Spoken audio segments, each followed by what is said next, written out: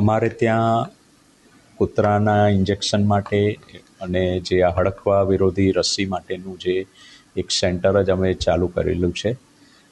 આ અમારા તાત્કાલિક સારવાર વિભાગમાં આવેલું છે, જ્યાં છેલ્લા 4 મહિનામાં અમારે ત્યાં જાન્યુઆરી મહિનામાં કુલ 1187 ARVની રસી માટેના કેસીસ આવેલા છે.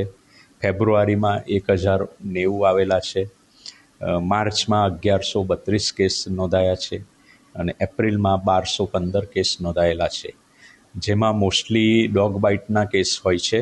જે ડોગ બાઇટના કેસ અમારે ત્યાં જાન્યુઆરીમાં 1006, ફેબ્રુઆરીમાં 940, માર્ચમાં 1069 તેમજ એપ્રિલમાં 1041 કેસ નોંધાયા છે. આ સિવાય અમારે ત્યાં cat bite, rat bite, monkey bite તેમજ સ્નેક બાઇટના કેસો પણ આવતા હોય છે, જે પણ આમાં ઇન્ક્લુડેડ હોય છે. કેટ બાઇટ એટલે બિલાડીના કરડવાના કિસ્સા પણ હાલમાં થોડા નજરે ચડ્યા છે, જેમાં જાન્યુઆરીમાં 121, ફેબ્રુઆરીમાં 95, માર્ચમાં 105 તેમજ એપ્રિલમાં 117 કેસ નોંધાયેલા છે. તાત્કાલિક તો જ્યાં બાઇટ કર્યું હોય ત્યાં ચોખ્ખા પાણીથી ઘાને ધોઈ કાઢવાનો એ પ્રાઇમરી છે, જેથી આગળ ઇન્ફેક્શન વધતું અટકી જાય અને ત્યારબાદ નજીકના આરોગ્ય કેન્દ્ર પર જઈ ડૉક્ટરની સલાહ મુજબ જે બી હડકવાની રસી અથવા બીજી કોઈ પણ સારવારની જરૂર હોય તો એ લેવાની